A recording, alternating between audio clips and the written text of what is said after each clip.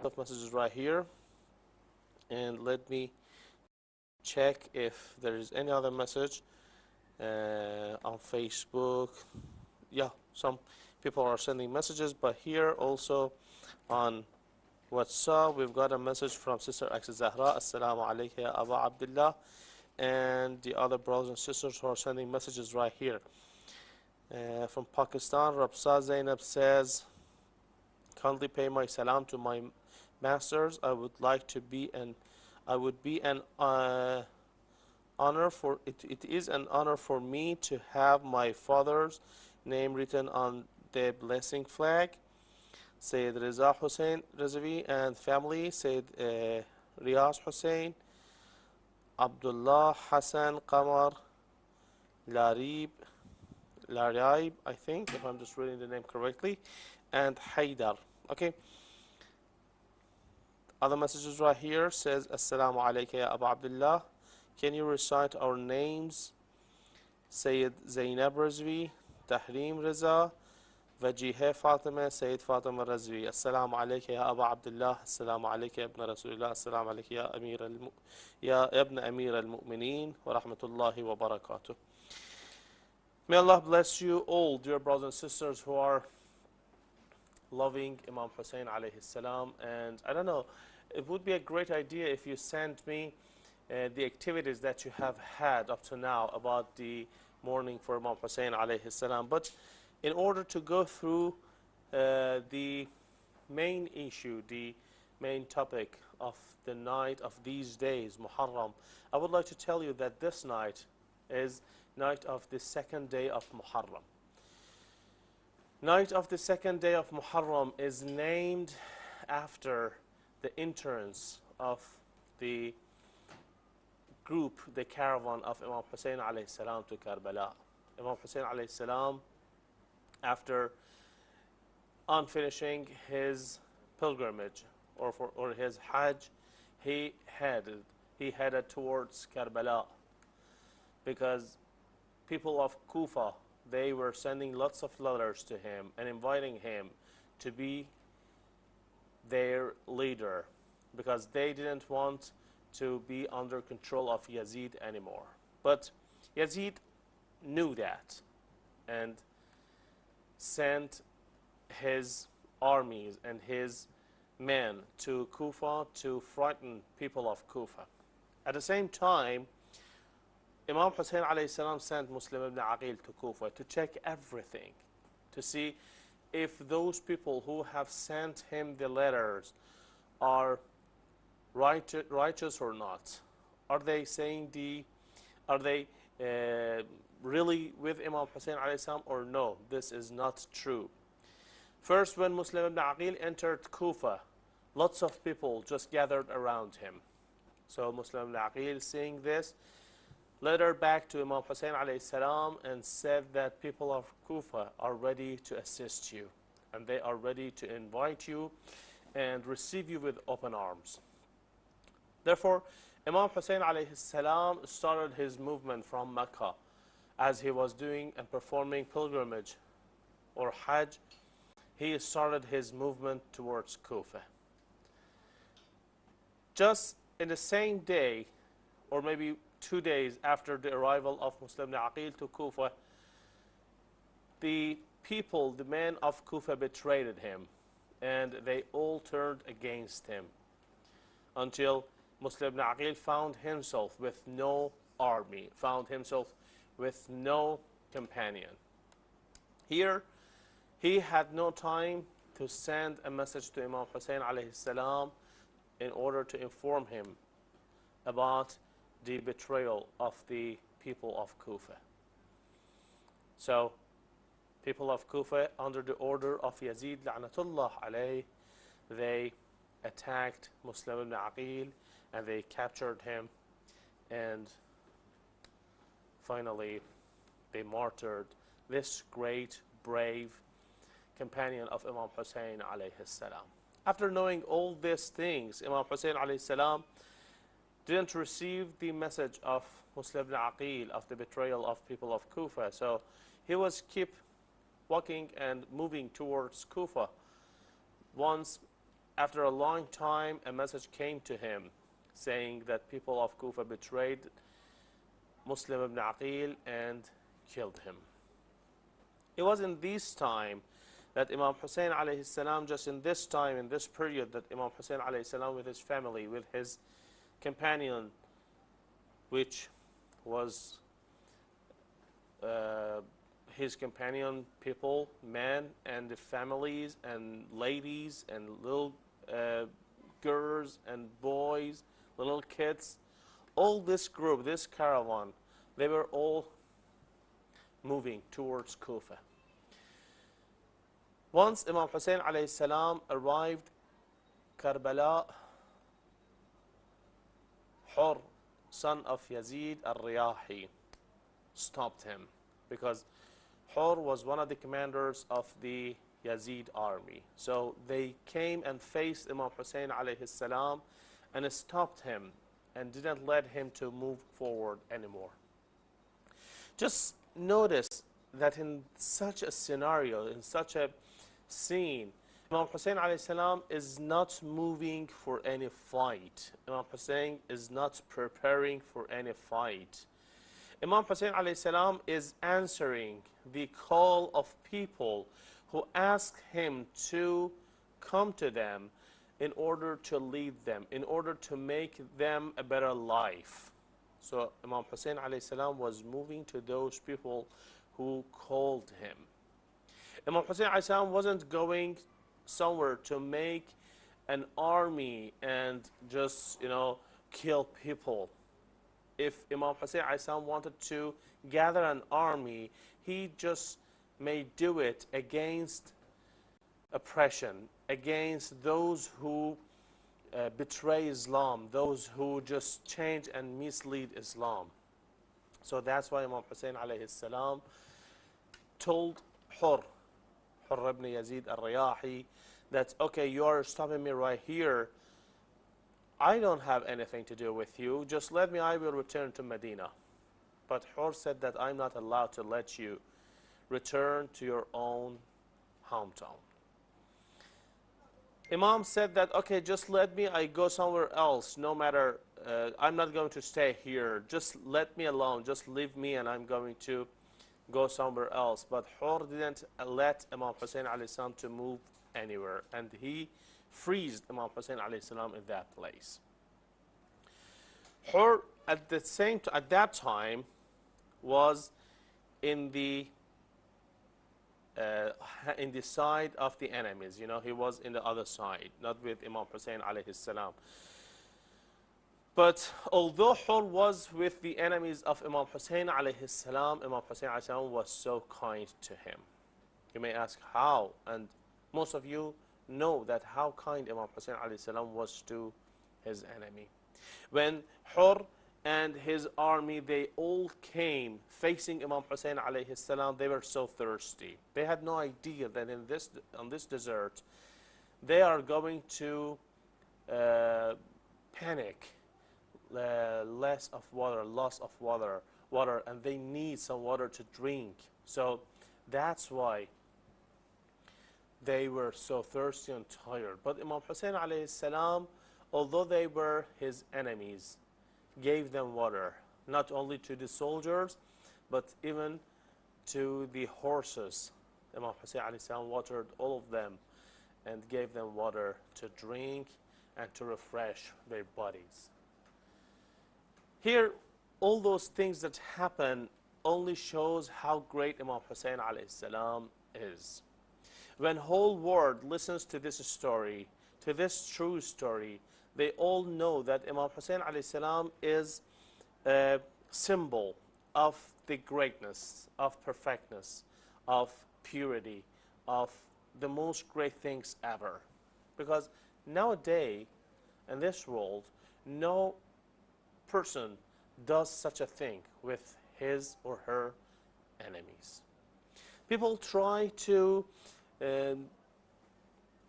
just overcome their enemies. People try to just beat their enemies, not to help them.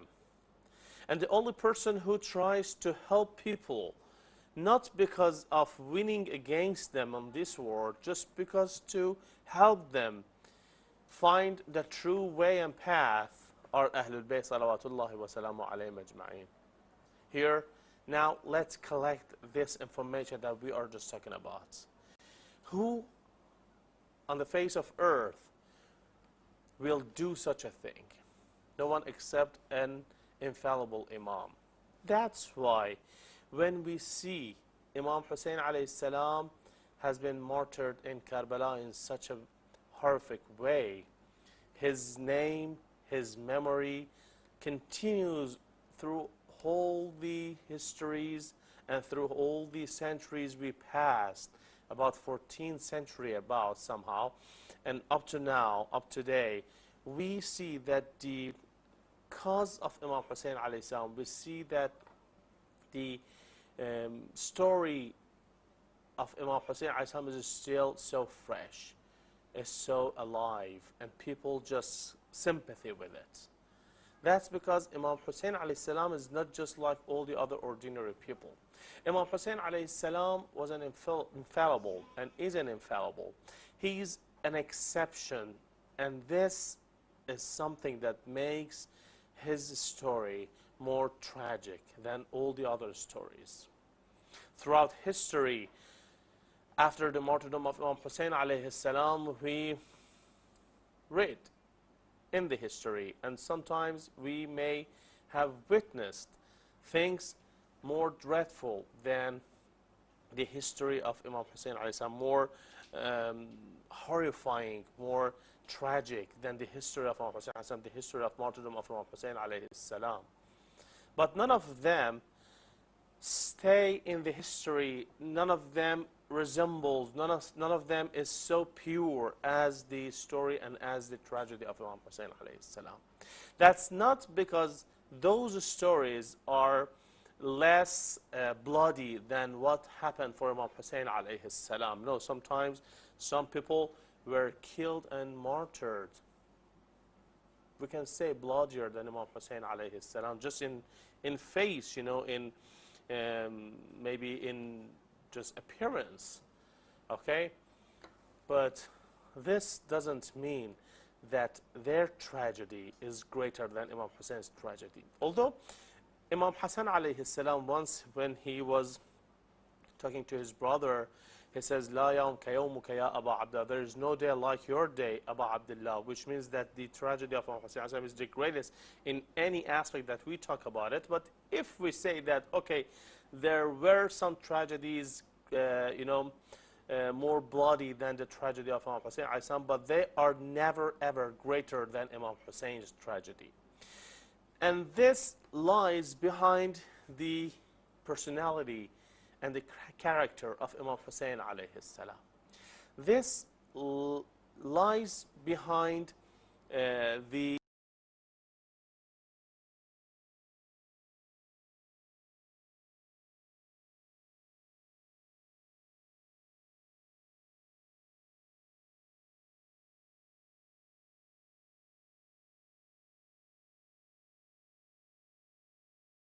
just religiously as Shia Muslims do, those who think materialistic, okay, and think about money and think about the, material more than the moral things. Just imagine that you've got two checks. On one check, you only got $100, and on the other check, you've got $1 trillion, or $1 billion. I don't know, a very, very huge amount of money. Once you take these two checks and burn them, you are burning money. You are burning some financial, checks. Okay? But which one is worse? Which act is greater? Which act is noticeable more? Does burning a check with $100 on it is painful and heavy and hard to stand, or burning a check with $1 billion. Indeed, everyone says that, okay, burning a check with $1 billion is not understandable. One cannot stand it. It's not going to happen. This is not something good, because you can do such and such and such with this amount of money, and this amount of money is so useful for everything. But that other check, it's only $100, and although it's money, an amount of money, but it's not that valuable. Actually, this is a very, very simple example, but through this example, we can have a better idea that by the value of Imam Hussein alayhi salam, the act of martyrdom, the act of killing and beheading Imam Hussein alayhi salam, and all that things that happened to Imam Hussein alayhi salam become worse and worse and worse. Even saying something impolite to an infallible Imam is such a sin that cannot be forgotten. How if it is killing and beheading an infallible Imam? When Umar, in the meeting that the Holy Prophet Muhammad, peace and blessings be upon him, said that just forget about this man, when the Holy Prophet Muhammad, peace and blessings be upon him, when he asked for a pen and a paper to write something so people don't mislead after him, when he said, Inna rajula la yahjur, the person is saying is hallucinating, just forget about him, just leave him alone. This word is a very, very bad thing to say to an infallible person such as the Holy Prophet Muhammad, peace and blessings be upon him. Saying this word to an ordinary person maybe is not that bad. You know, for example, you see a person, he is saying something and you say just leave him alone, he's hallucinating. It is bad, but it's not that bad as it is said to the Holy Prophet Muhammad, peace and blessings be upon him. Just exactly this is the case when only one word to say to an infallible, one bad word to say to an infallible is such a bad thing that Ibn Abbas, when they came out of the meeting, he was just crying and saying, Ar-raziyatu kullu raziyya. Such a painful moment, the moment that Umar said such a bad thing to Holy Prophet Muhammad. So exactly the same thing happens for Imam Hussein alayhi salam, but in a higher and greater level. When the army of Umar al-Sa'd la'natullah alayhim just killed and martyred all the companions of Imam Hussein alayhi salam. And each companion was martyred in a very, very dreadful way, in a very, very bloody way. Ya Hussein, Ya Hussein. Let's all remember, let's think about the tragedy of Imam Hussein, tragedy of Karbala. Just think that, okay, why are we weeping for Imam Hussein alayhi salam? Why are we mourning for Imam Hussein alayhi salam? Why are we doing such and such for Imam Hussein alayhi salam? Is that for the greatness of the tragedy, or it's for the greatness of Imam Hussein alayhi salam himself? Indeed, the tragedy was immense, was very, very bloody and tragic. But the greatness of Imam Hussein alayhi salam is the main point that we need to remember. Imam Hussein alayhi salam is Imamun Muftarad al-Ta'ah, which means he is an infallible Imam who must be obeyed.